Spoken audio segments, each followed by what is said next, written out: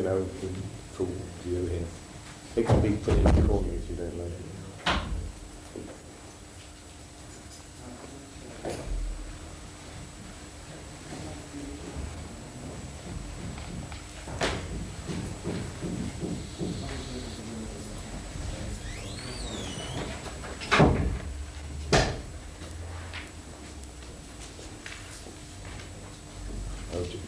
John Walker's not coming in?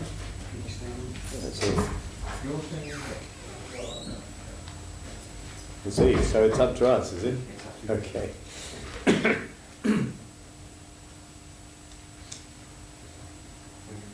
Shall I just start?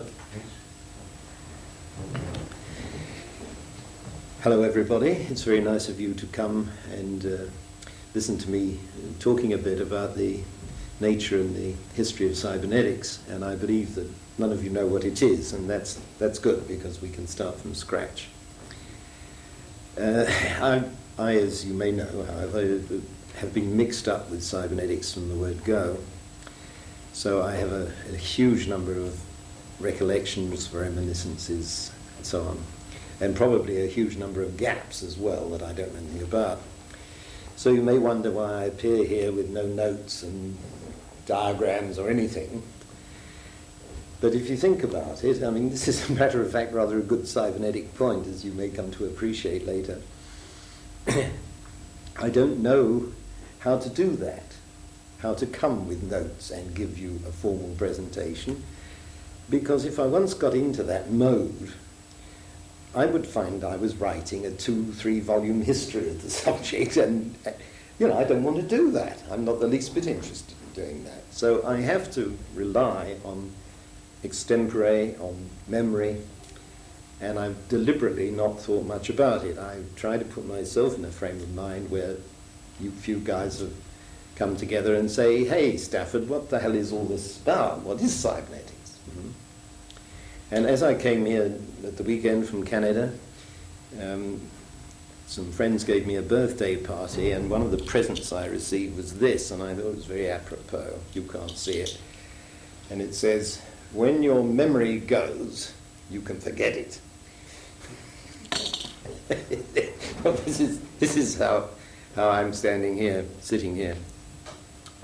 So we'll hope that the right memories come.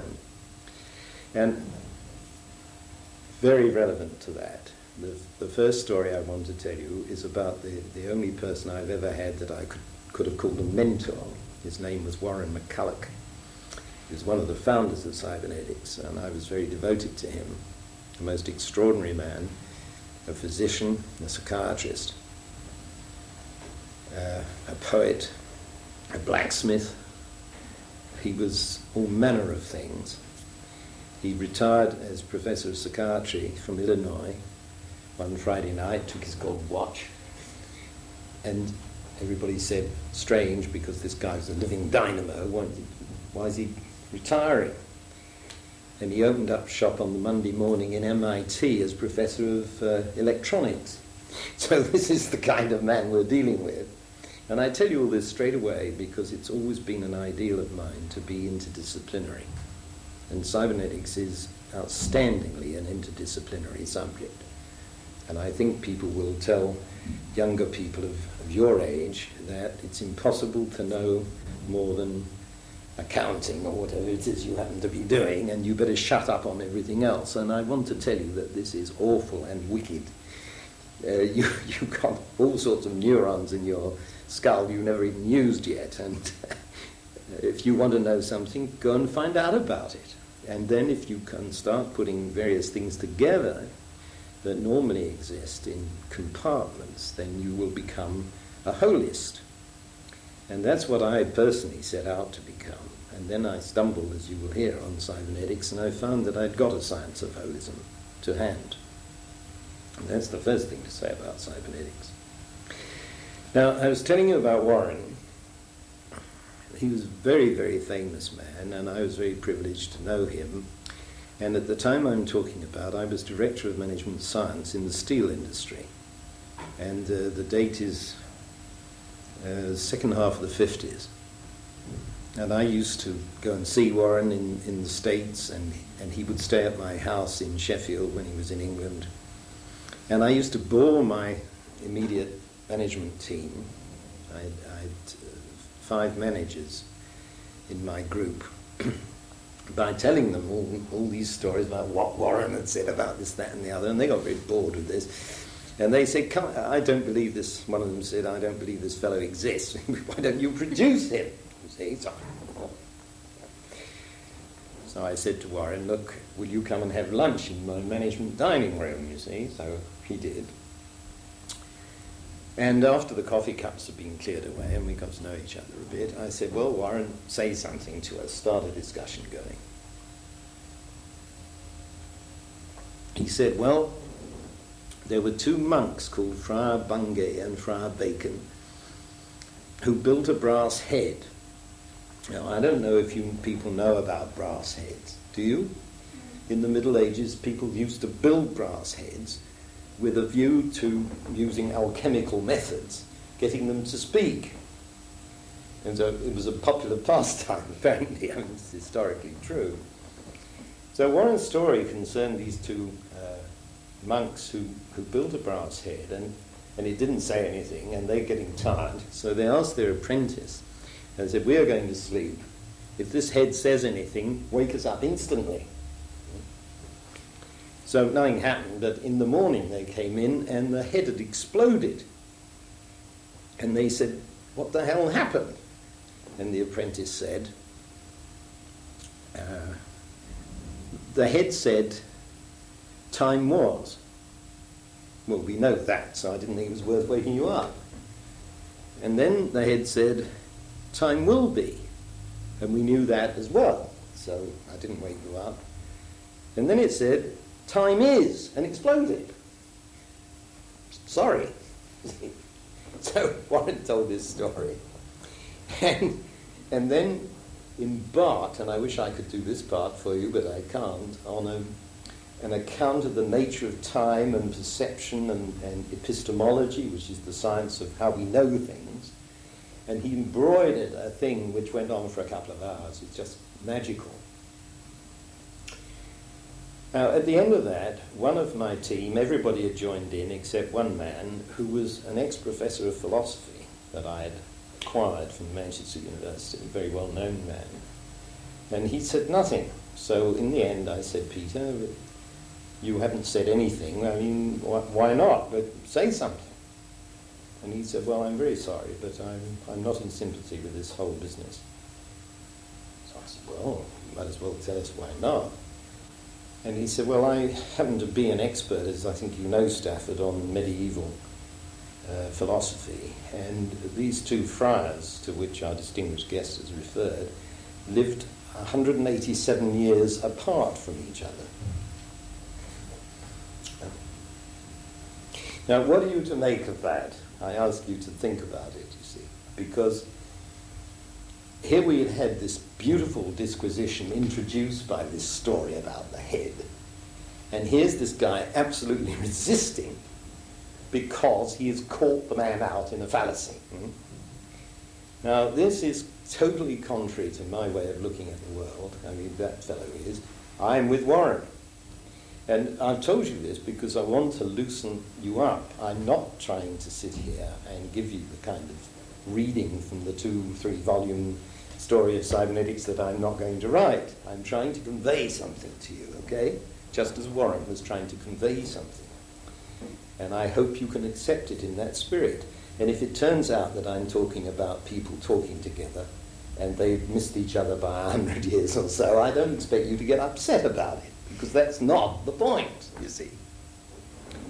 One of the problems about universities is that you're supposed to be scholarly, and if you're caught out in that kind of error, you lose all your credibility.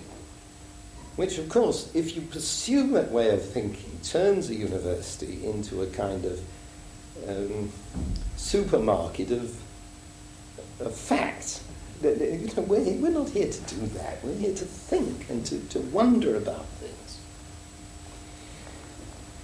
So, with that explanation, I want to take you to the actual birthplace of cybernetics, because the subject has a name, and of course it's always existed like everything else. I suppose there was biology before anybody called it biology.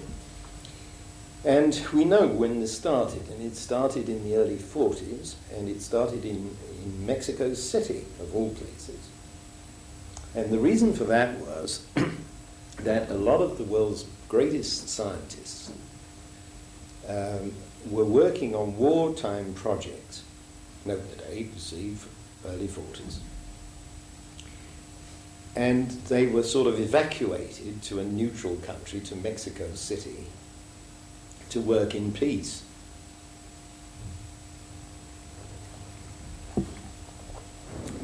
And they were working at the clinic of neurophysiology, headed by probably the world's leading brain expert at the time, was a man called Rosenbluth, Arturo Rosenbluth, who had this place, and he became the host of this gang of folk. Outstandingly among the gang of folk was Norbert Weiner. Have any of you heard of him? Well, he is known as the father of cybernetics, so that's why I have to introduce him straight away. But like everybody else present there, he was a leading authority in his own field, in his own right. And nobody had invented cybernetics yet as a word, see? So he was a world-ranking mathematician. Any mathematicians around the room? Well, maybe you've heard of harmonic analysis at any rate. We're not going to have lectures on harmonic analysis, but this was Norbert's field, and he was a very famous mathematician.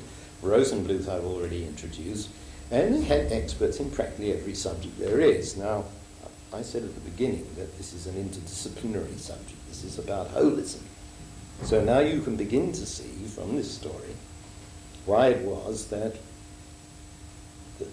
the whole thing was spawned in the ambience of a gang of world authorities in all sorts of fields. And they formed a sort of club at night. Now, Rosenbluth was working, I'm sad to say, on nerve gases and things of that kind, because he was the neurophysiologist. Weiner, the mathematician, was working on gun sights, how you track a moving target without overshooting. Obviously, if you're going to shoot an aeroplane, you have to fire in front of it, which means you have to be able to, this is pre-computers as we know them, you have to be able to compute where the aircraft is going before you pull the switch. And all these things were going on. So I was saying they formed a club to meet at night. None of them had their spouses with them. They had distinguished visitors who used to come and stay to see how everybody was getting on. And among them, notably, all these people became my friends. I was a very lucky young fellow, I can tell you. I'll explain why that was later. A woman who became a very close friend of mine, Margaret Mead, and I'm sure you've heard of her, the anthropologist. Sex life and so on, of the native peoples. So all these people were coming and going. Ross Ashby, distinguished British psychiatrist, used to go there. So all these people meeting and talking.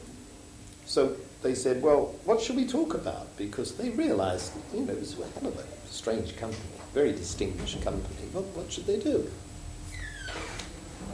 So somebody said, look, and this bears on what I began with about universities. We have divided up the world into compartments, and this is called physics, and this is called chemistry, and so on. How do we know that God knows the difference between physics and chemistry, just because the university says so? Or biology, for that matter. Now, I rejoice in a name which is about the only product that has physics, chemistry, and biology all working together, namely beer, that some of you were drinking at lunchtime. Most things are kept in compartments. If you think about it, we don't use products that involve many sciences. That's strange, but the reason is obvious, because they belong in faculties. and the faculties do things in universities, and it gets projected through professional societies, research institutes, government grants and whatnot, and you end up with the product being in a compartment. Very extraordinary. So they were sort of aware of this, and they said, can we think of a subject which has perhaps got lost because it never had a label? And they came up with the topic of control. Now, just please help me with this. Suppose you were the world's leading astrophysicist. What would control mean to you? Someone tell me.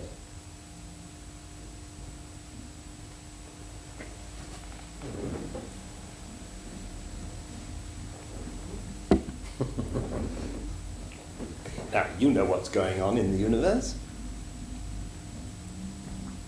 Ever heard of Newton? Come on, what would you think of as control if you were an astrophysicist? Gravity. Yes, it's indeed. Gravity, the equations of motion, the elliptical orbits of the planets, all this stuff would be your notion of control. And you would see the sources of control as being the laws of motion, law of gravity, all those things, Newton's second law and all of that, and if you were sophisticated you would soup it up with a bit of relativity and quantum mechanics, and this would be your notion of control. But if you were Rosenbluth and the world's leading expert on the brain, come on, what do you think control is now? I mean, you get up, why don't you fall down? That's control.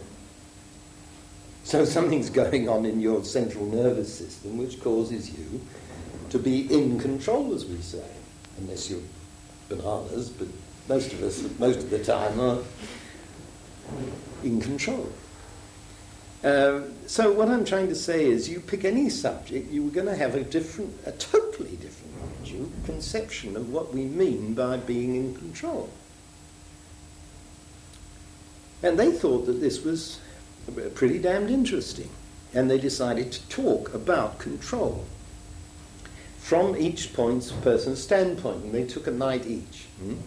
That's how it started, to say, well, what I think about control because I'm an astrophysicist, and what I think because I'm a neurophysiologist.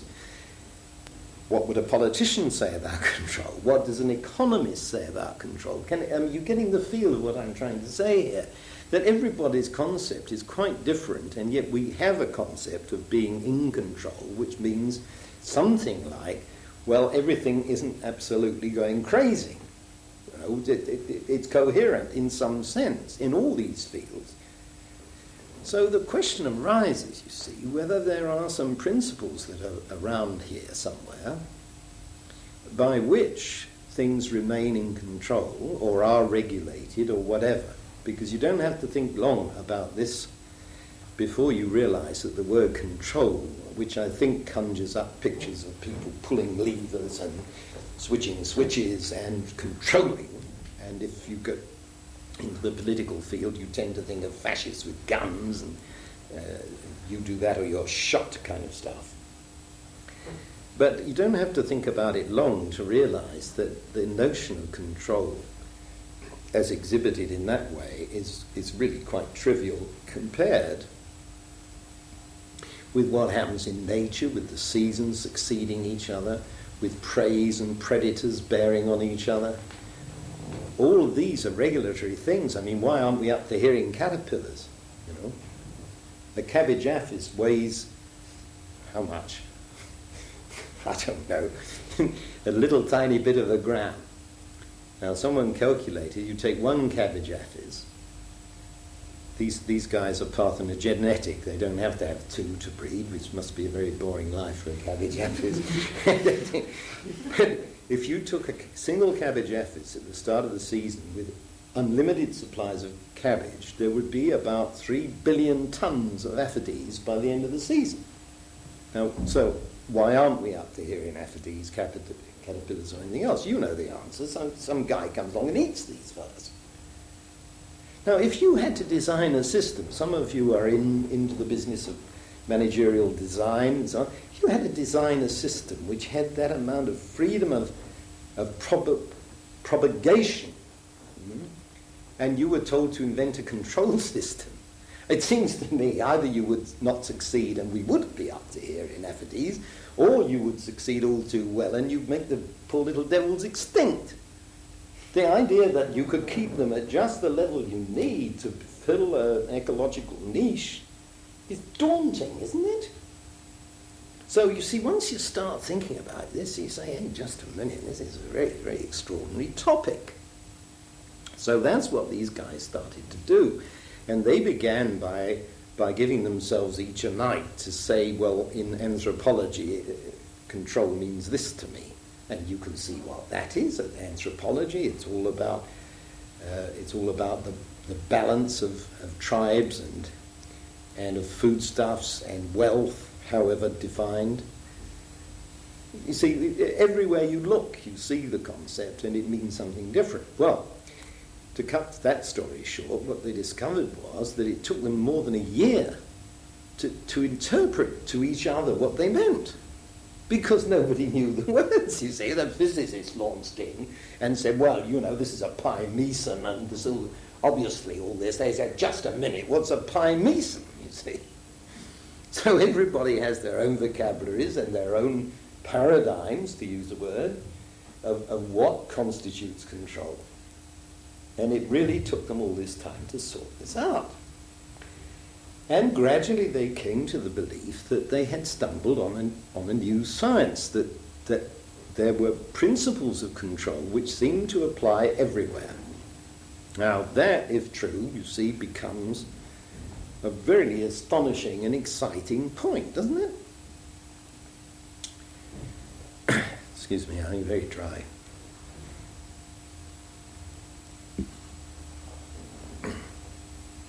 Now, I want to tell you a story about what happened in the middle of this process, which I believe, and I warn you in advance, should give you a shiver down the spine, a frisson. So if it doesn't, go home. I don't want to bore you any longer, so there's a threat. Here is Norbert Weiner, the mathematician, and this story is true. I heard it from all the people who were there separately. So I've got really veridical statements on my plate here. Norbert's sitting there reading in the common room in this establishment in Mexico. And this guy comes in and says, got a minute, Norbert? Yeah, I have, and this is an electronic engineer talking. And he said, I have come up with an idea about how to make blind people read with their ears. Oh, charming. That sounds good. Now, after all, Braille, very expensive. You have to translate everything and then teach people to read Braille. If you could read with your ears, obviously that would cut out a lot of processing, wouldn't it? So I'm all ears, says we know. God, he couldn't have said that. I'm sorry. He said, tell me. So this chap then drew, and I've got this diagram somewhere, but it doesn't, again, it doesn't have to be accurate. Excuse me. He drew on a piece of paper a sort of stave like that, and he said, look, this is time going in this direction. So he said, here's a page of print, and I propose to scan it through time with 3 photoelectric cells. Now, this one will sound a note, and so will this, and so will this, and they'll be members of a chord. So,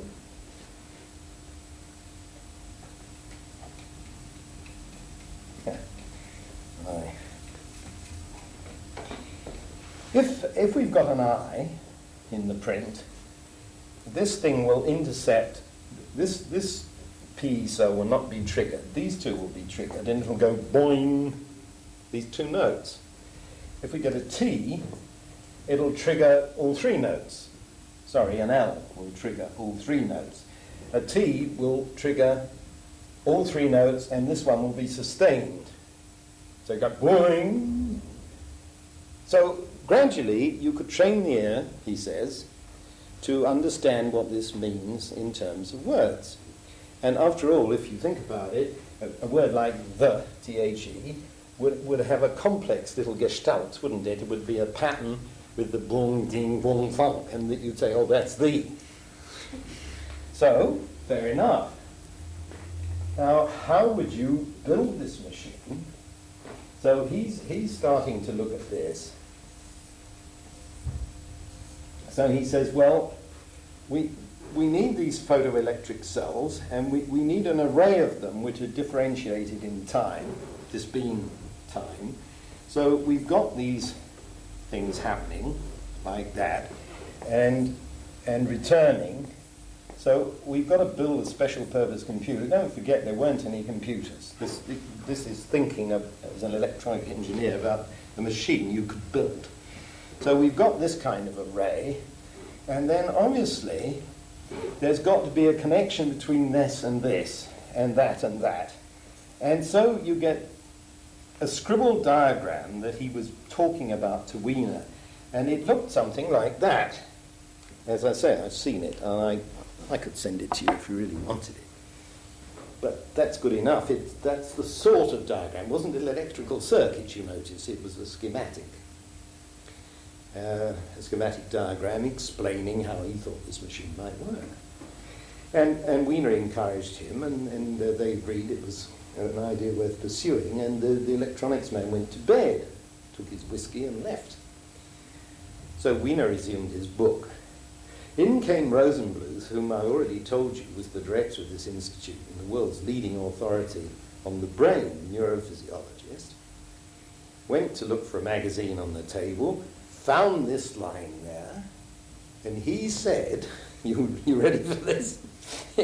He said, Norbert, who has been trying to draw a diagram of the fourth visual layer of the cortex? Do you get it? And I've told this story a million times. It still gives me a shiver. Because, wow, what's going on? Now, Weiner was thoroughly excited about this, and he called a meeting of the club the next night, and he explained that this had happened. And he said, well, I'm a mathematician, and after all, how could we quantify this diagram? Supposing the visual cortex does work like this, how can we quantify it? So he said, I wonder if at this level you've got inputs coming up through synapses and so on in the nervous system. Does anybody by any chance know the rate at which these pulses are going to arrive in this network? So somebody says, well, yes, of course, my students have done 17 PhD theses on this, and I can tell you it's this rate. So gradually, Weiner was able, standing at the blackboard, to quantify this diagram. And then he took another board and he said, okay, this thing is going to have a scanning rhythm.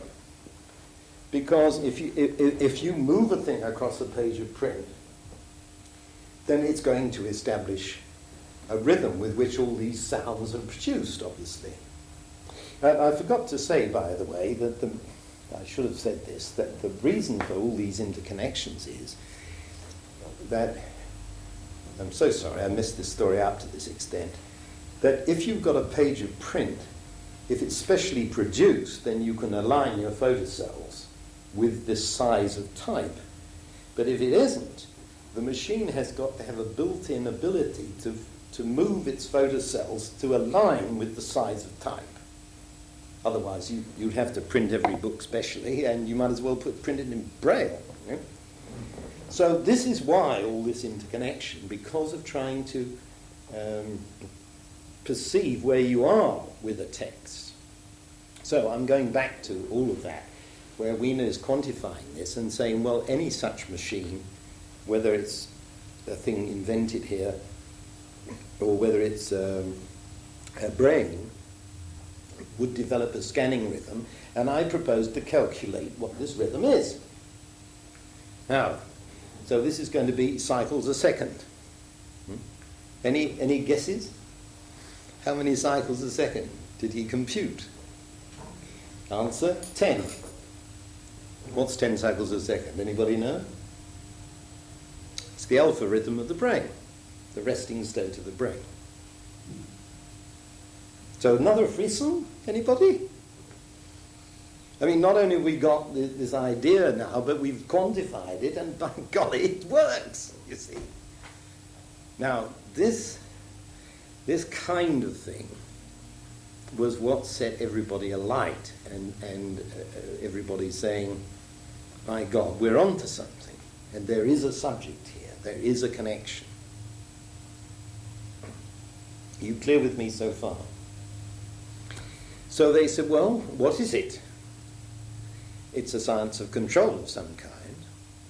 But after all, let's remember that we've already said that control is a very trivial idea, to think that control means beating people over the head or pulling levers. It's much more subtle than that. So what is this a science of, if we don't want to use the word control? Well, this is hard work here. Golly. Sorry, it has to be done. I'm on overtime. I think this cloth ought to be wetter. If someone's listening with a wet cloth, please bring it in. Golly. So, the reason I wanted that cleared was, did anybody know Greek? You must know something here. You deny knowing mathematics. Does anybody see this word?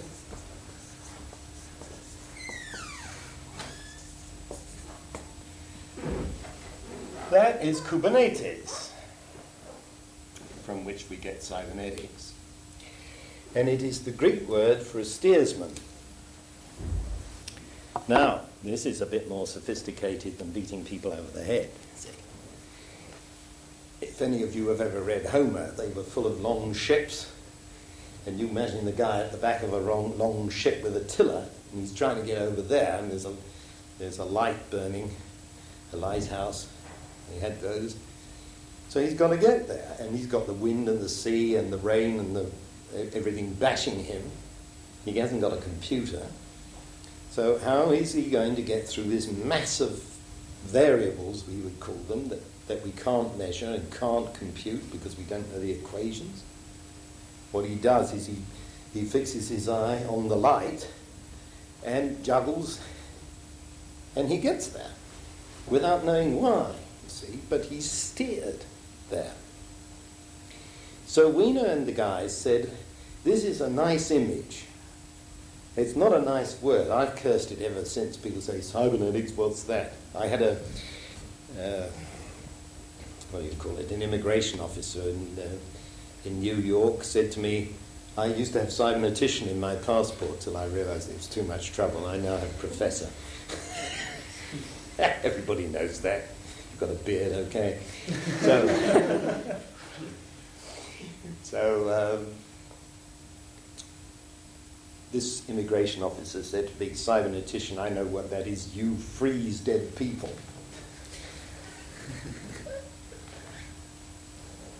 Have you heard of cryogenics?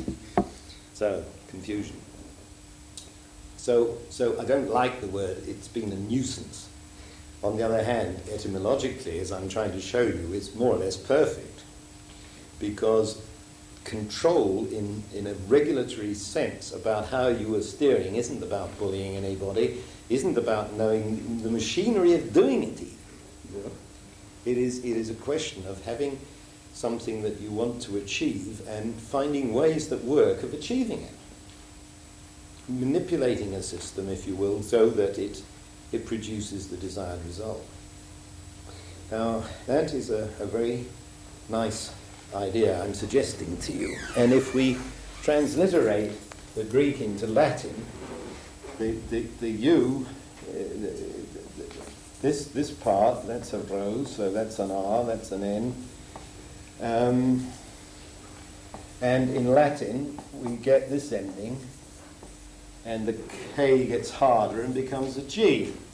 So in Latin, we get gubernator, and of course, that goes straight into English as governor. Now, thank you. The interesting thing about these words, we've got now to the English word governor. Now, what does that mean? You think, supposing you were governor of a prison. Now, you've got some variables under your control called convicts. So you go off and you have dinner with the mayor, because you're the governor of the prison, and all the elite are at this dinner, and in the middle of dinner someone comes with a note saying all these guys have escaped because they've dug a tunnel, and while you were sitting here eating, they've gone. And we've set the dogs out across the moor after them, but we can't say what's going to happen. So you see, you've not got your variables under control, this kind of governor. Now, here is another kind of governor. Do you recognize this drawing? Does that mean anything to you? This is the Watt steam governor that I've drawn a caricature of. So you've got a shaft which is whizzing round like that. Bzz. And if it goes too fast, centrifugal force drives these two weights out, which pulls this sleeve up, which cuts off the fuel supply. That's how that works, invented by James Watt. I think one of the earliest cybernetic inventions, because what this is doing, you'll notice, is keeping a runaway variable under control, like the convicts, but it brings it back into the control in the very process of it going out of control. It uses the fact of it's going out of control to bring it back into control, and you can be going having another beer in the bistro, and it will work. Whereas you can't go and have dinner with the mayor and let your convicts escape. Now, I believe that we have here a very vital management principle that you would like if you were the manager of something, that if something's going wrong, the fact that it is going wrong would bring it back into control, and you could spend your days on the golf course. Instead of sitting around hoping against hope that you will spot the thing going wrong and beat it over the head before it's gone too far and you're all in jail. So this is where the management game comes in. Now, none of these original guys was in management. And I think I have to bring myself in here at some point. I was thinking these kinds of thought when Weiner's first book appeared. It was published in 1958. It's almost unreadable. It's a great joy. He wrote it in 3 weeks because he had pressing tax demands. And he thought, well, I might as well write a book about cybernetics, you see. And it's full of quadruple integrals. You said you didn't know any mathematics, but that's this F sign, that terribly complicated stuff. And he's got little rhymes in German in there, and huge philosophical disquisitions and loads of stuff of all kinds. It's very hard to read. But because I had always trained myself to be interdisciplinary, this book set me absolutely on fire. I read it in 1960, I know that. And I wrote to Weiner and said, I think I'm a cybernetician.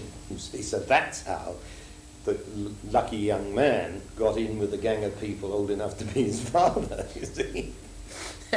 And I met Weiner and I met all the others, and Warren became my mentor, as I've already said. So that brings me into the picture. Now, look at the background here. Think of the time we're talking about. I've now got to 1960.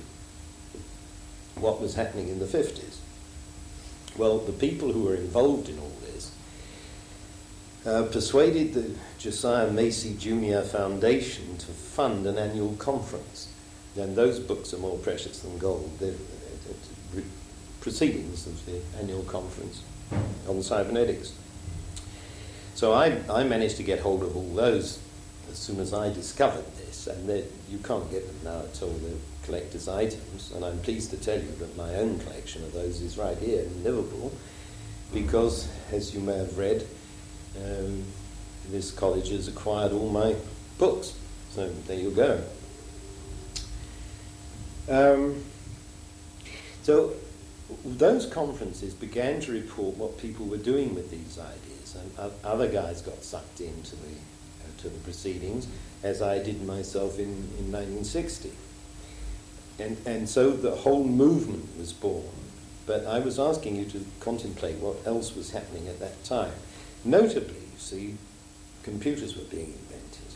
And of course that bears very heavily on this, because they became an instrument for pursuing this kind of thinking. And that has ended up with artificial intelligence and God knows what else besides, after all, as you well know. So here was I, and I'm gradually trying to weave my own story in here. Here was I in the 50s, not knowing about Weiner and the word cybernetics, messing about with the original computers. We had the first stored memory computer that ever worked. Where was it? Manchester University. That's right. See, all Americans think it was in America, and it wasn't. so there. It was Manchester, you're quite right. And there's a plaque on the wall to commemorate it. So I used to go from Sheffield, where, as I think I mentioned, I was head of management science in steel, and I used to go to Manchester to look how they were getting on, and then Cambridge had EXAC, and we used to take that in, and the National Physical Laboratory at Teddington had a thing called ACE, which then became JUICE, and all those. And at that time, it wasn't at all clear whether the digital or analog versions of computing was going to triumph. And the Royal Aircraft Establishment at Farnborough had an analog computer which filled six semi-detached houses, that is, say, 3 houses, 6 of them, 3 buildings. And there wasn't, towards the end of that, there wasn't anybody who knew how it was programmed. So many people had worked on it. It was a real lash-up. And so were digital computers. You open the back of a digital computer, it was a massive valves. We hadn't got a transistor, don't forget. A massive valves connected by something that looked like a madman's knitting, because everything was taken direct with a wire and soldered on. So you got all this knitting, and if anything went wrong, boy, oh boy, you were 3 days trying to find out what the fault was. And since if you've got an assembly of several thousand valves, cold tubes, whatever you call them these days, one blows about every 3 seconds. You see, whoa, it was hell in there, I tell you. So I used to go on this round of these computers and wonder about how to advance, because I was putting in automated systems in the steelworks of a very, very primitive kind. As I said, we had no transistors. The first bunch of transistors I got my hands on, I tried to solder together into something, and the heat of the soldering iron, as soon as it approached one of those 3 prongs, the thing blew. Didn't like the heat. So it was very obscure whether the transistor would ever work, and just think what's happened in computers since. So this is an aspect of cybernetics, and a lot of people think that cybernetics is about computing. Well, it's obvious to you, I'm sure by now, that if you're going to talk about control and regulation, then manifestly you're going to have to talk about computing, simulation, all these kinds of things. And if we'd never had computers, we'd have had to do it some other way. But we have got computers, and we've gone down that route. But equally obviously, from what I've said so far even, I'm sure you can see that to mistake the tools of the trade, namely computers and theories of management information systems, all of that, to mistake that for cybernetics itself is absurd. It's like mistaking the kitchen for the dish you eat at the end. The culinary insight is not in the utensils. So, this is how the whole thing began to burgeon. Now, I started in the States. I want to switch to England. Well, I just did with the computing area. But as far as cybernetics itself went, I've talked a bit about Weiner, and I now want to talk a bit about Ashby, because Ross Ashby, who was head of an asylum, of all things, in Bristol. I'm just trying to remember the name of it, it won't come.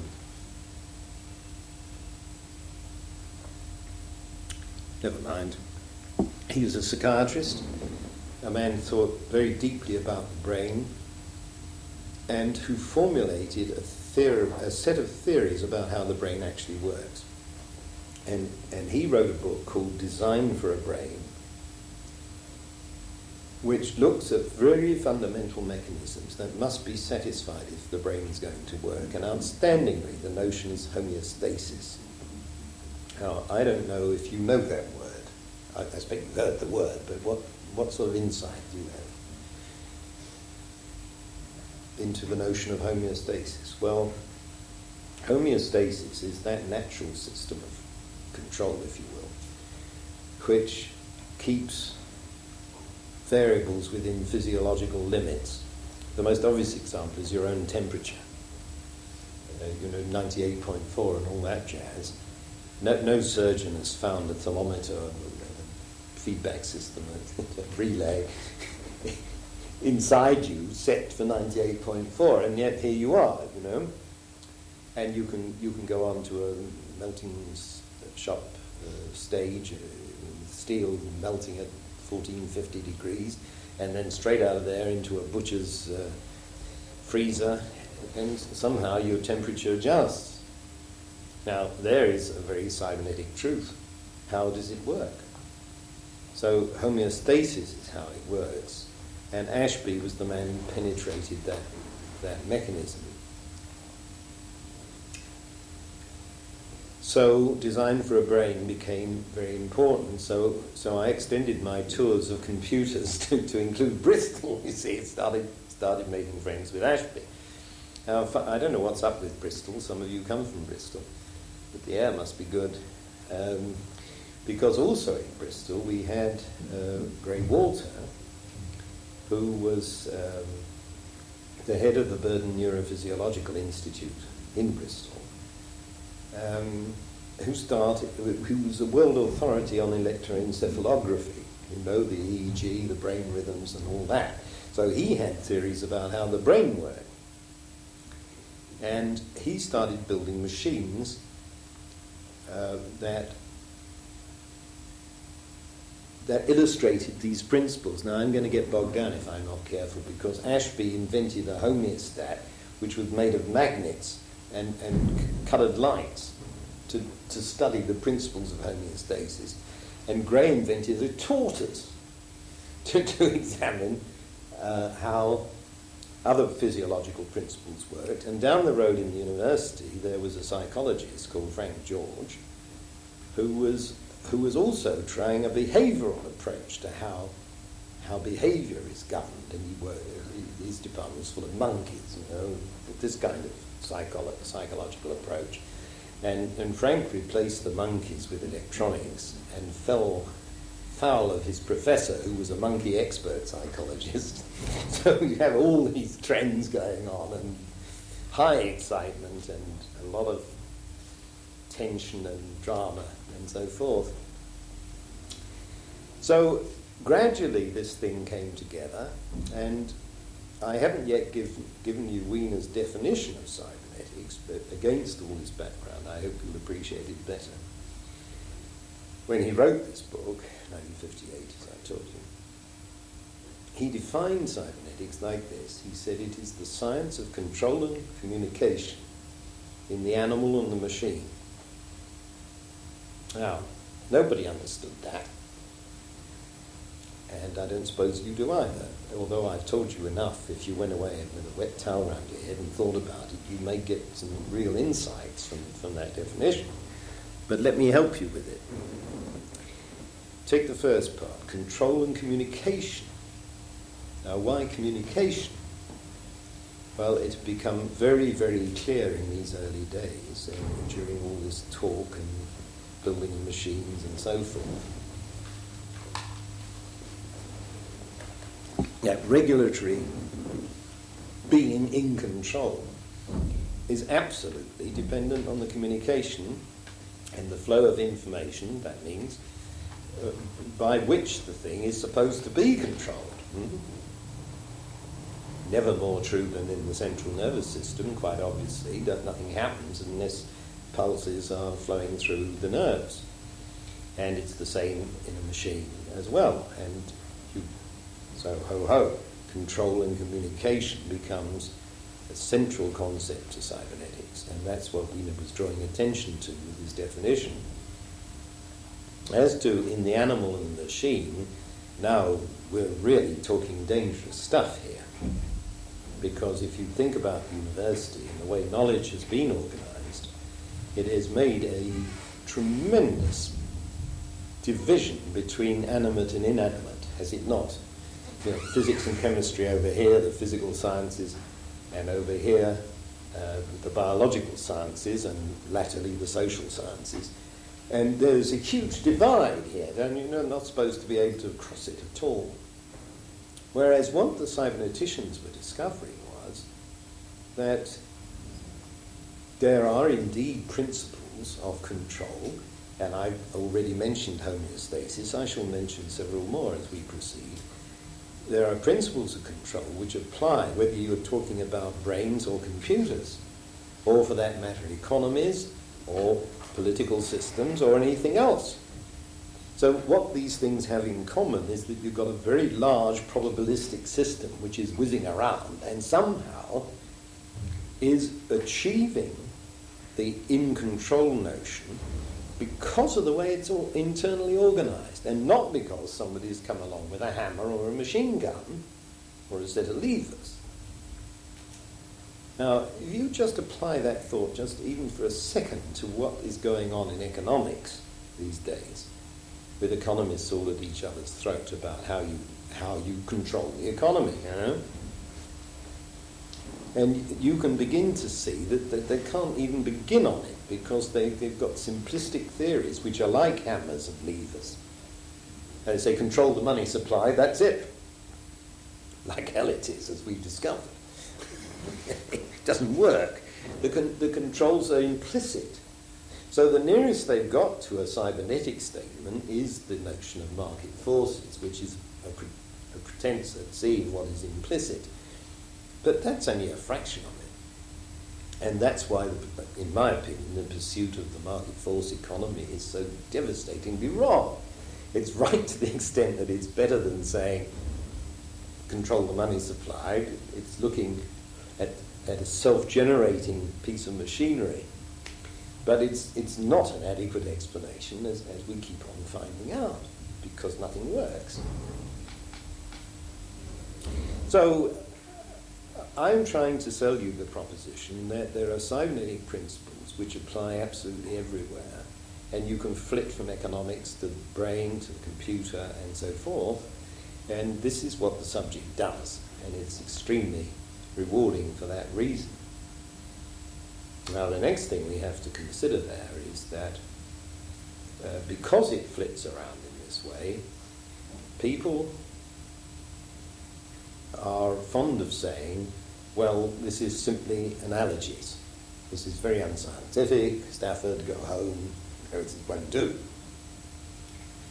So very early on, I found myself, I was originally, as a boy, I was a mathematician, but as a student at university level, I was a philosopher, and I got very, very interested in epistemology. I read philosophy and psychology, and the philosophy pushed me down the route of theoretical logic, which brought me back to mathematics in a kind of loop, and the psychology pushed me into statistics, mathematical statistics, as the only way you can grapple with the quantification of chancy systems, and into neurophysiology, because it seemed to me that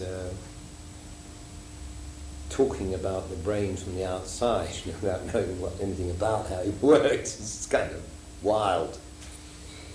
So all of those things come together in cybernetics, and it was pure joy to me to be in that and to look at all these machines. And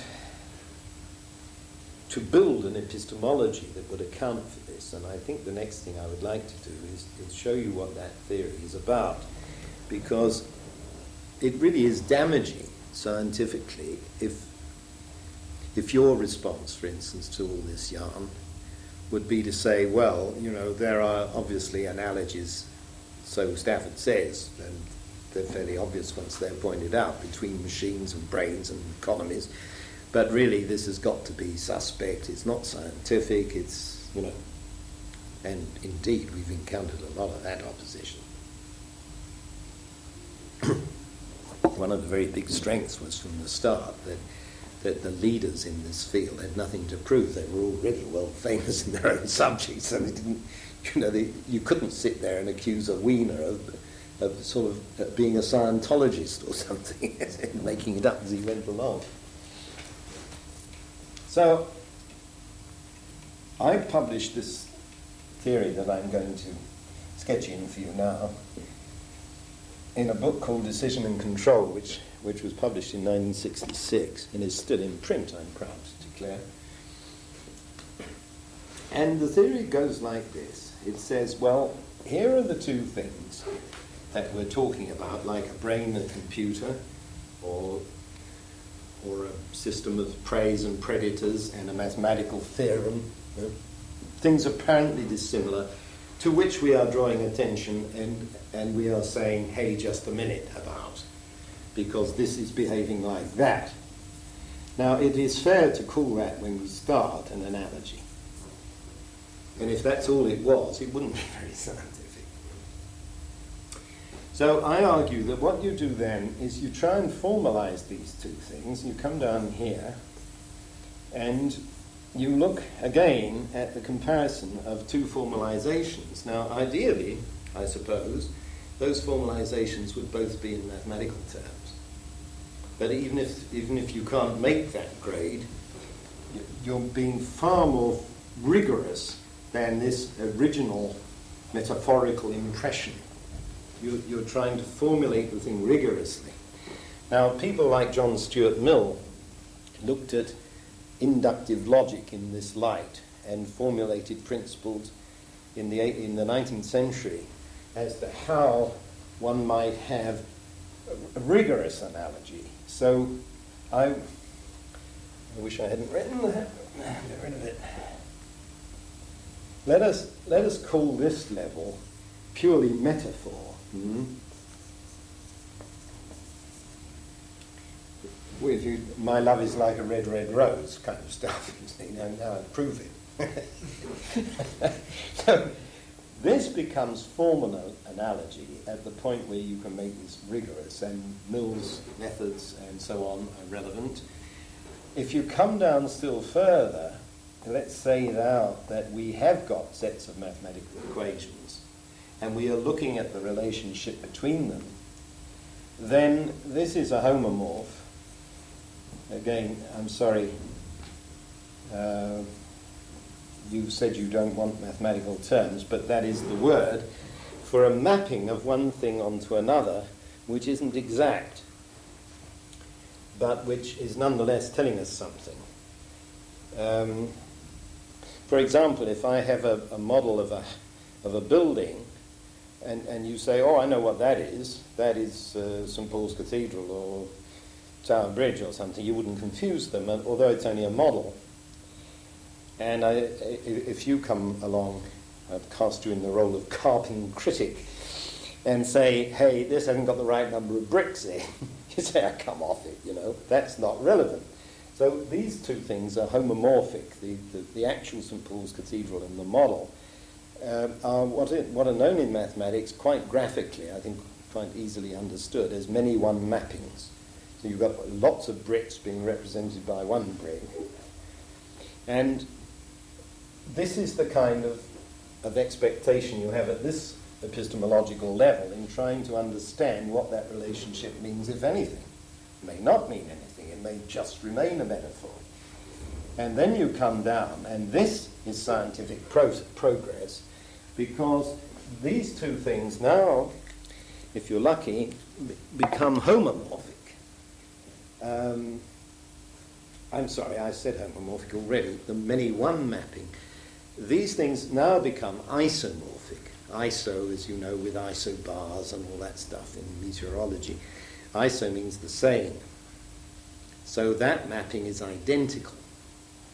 Now, surely you might agree that if you start with a metaphor and can press down to the point where the same equation works in both things, then you've got the scientific principle on your hands. Now, the most obvious example of this in cybernetics was the thing that they first stumbled on in Mexico City. And it is the principle of feedback, and especially the principle of error-controlled negative feedback. Now, you've all heard the term feedback, and mostly it's terribly abused. People say, give me some feedback on my lecture, by which that means, was it all right? Well, this is a terrible loss of meaning, because a feedback takes the output of the system and compares it with something, such as what we would like the system to be producing, and feeds back an error signal on which the machine can operate. Now, this science is particular to servo mechanics. So if we were looking at this as servo engineers, we would say, well, we've got this process going on like this. To take the simplest case, this is the output of the system. We've got something going in, and this is coming out. And we are measuring it, and it's fluctuating, okay? Now, this should be 30, let's say, because we've set that as our target. And it keeps coming out as 29, 28, 27. Oh, you say that's too low, right? And you measure that, and you feed back here into the system, and you say, I'm taking the very simplest case. Let's suppose you're more or less averaging 27, then the error signal says, put another 3 in, and lift this, and now you'll be nearer 30. Mm-hmm. So that is an error-controlled negative feedback, because it's measuring the error from some standard and pushing it back and correcting it. Mm-hmm. Now, you can have positive feedbacks. For instance, a servo-assisted brake is a positive feedback. Pressing on the brake, you get more brake, not less. And those principles, you see, you find absolutely everywhere. And economics is littered with that, which most economists don't know. They don't recognize because they're not thinking in these terms. So obviously, once you think about it, isn't it obvious that things happen in the economy which tend to reinforce or tend to check? So various people have tried to rewrite economics in cybernetic terms, and of course the economists don't like that happening to them, and there's uproar. But that's what cybernetics is about. So let's talk a little more about this feedback principle, because I want to show you how enormously relevant it can be, and we're in a management school here, so I want to make it clear. If you just took the signal and kept feeding it back as simply as I have explained there, what do you think would happen? This goes down to 29, you say put a 1 in it. It then goes to 31, you say take 1 off. What do you think is going to happen?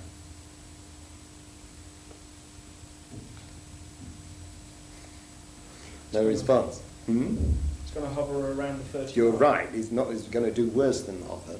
It's going to go into an uncontrolled oscillation. It's going to get worse and worse and worse. And the more you try and correct it, you overcorrect it, and woof, the thing will blow up.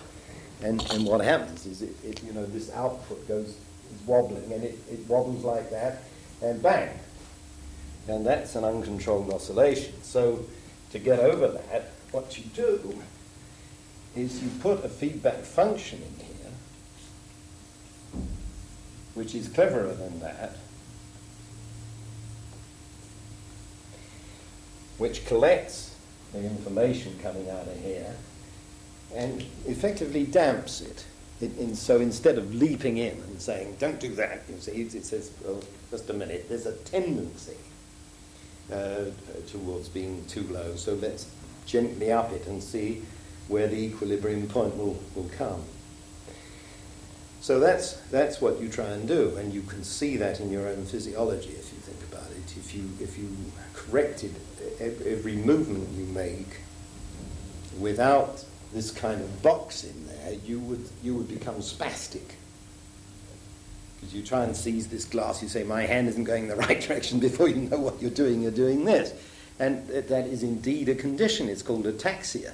And it's a fault in the cerebellum of the brain that is supposed to do this damping function and doesn't. Because you're ill. You're pathological about that. So what you have to do if you're designing this kind of system is put this in. Now it's a pity there isn't even one mathematician here, because in order to specify that box, you will need a set of equations. Obviously, if you're building a system. Now, the key equation that's going to do that in any system that you are actually studying is called the characteristic equation of the system. Very non-mathematical term, you can understand that. Well, if you analyze the characteristic equation, and this is where I'm fishing for a way of expressing a mathematical thought. It has roots. Now, you all know what a square root is, such as 4 being the square root of 16. Well, characteristic equations have roots as well. And they are of two major kinds. I'm wrestling here with a notion. All I can do really is blurt it out. We speak of large negative real parts to a root or not. Now, a system with large negative real parts is absolutely characteristic of a social system.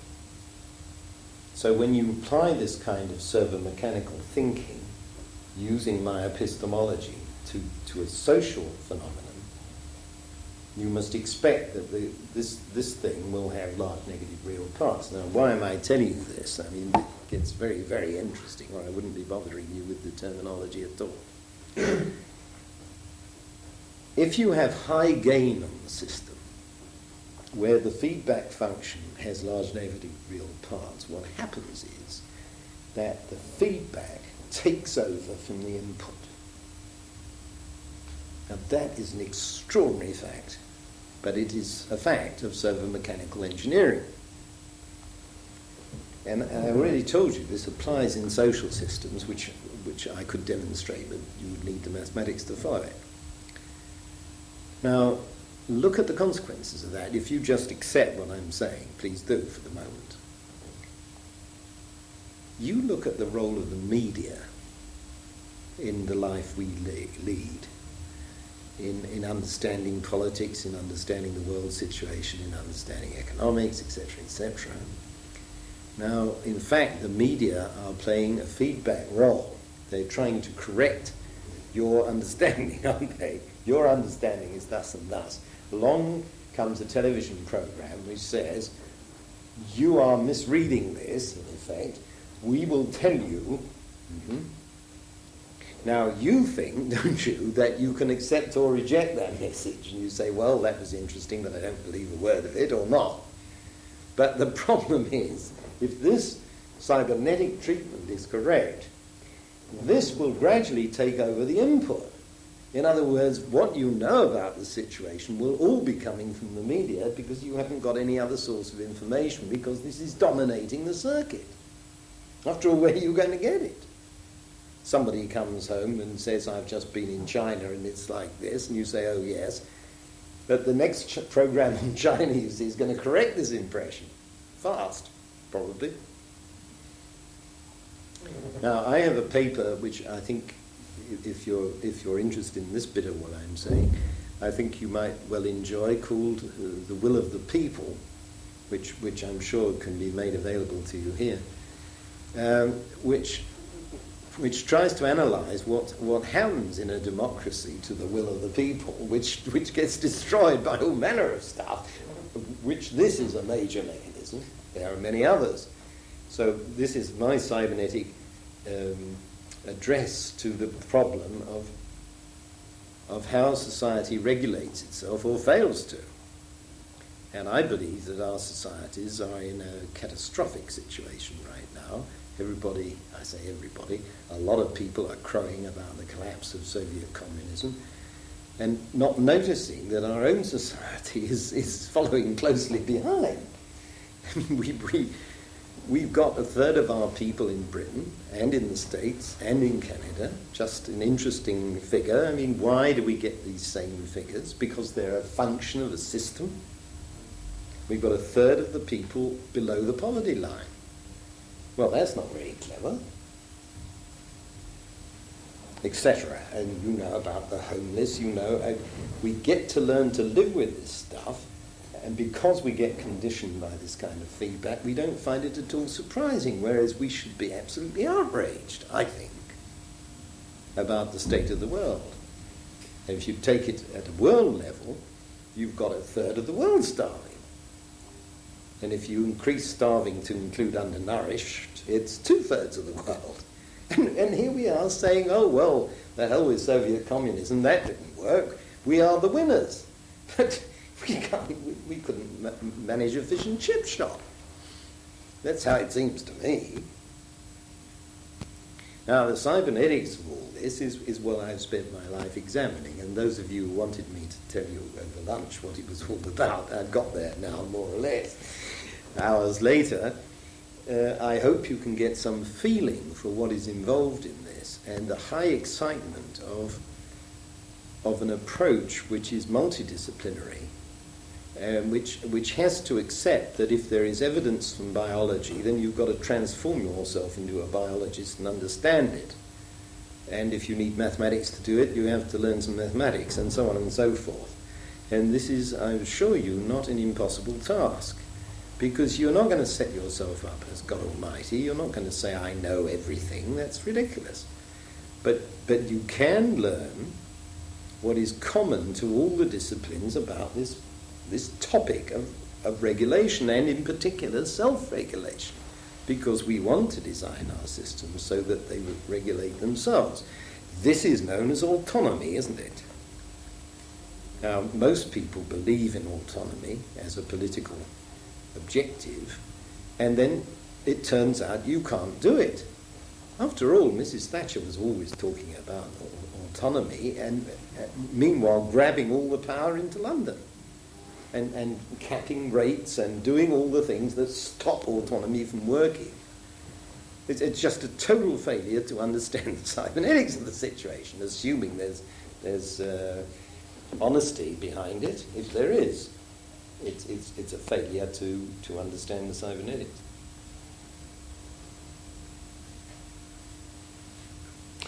Well, I've got through to a point where I've tried to give you a feel for what this topic's about. We can go into lots more detail, and what I suggest we do, if the timing's about right, gentlemen over there, to stop and get out these lights for a minute, and maybe you talk to me privately and say, well, let's use a second session to do this, that, or the other. Okay? Thank you very much.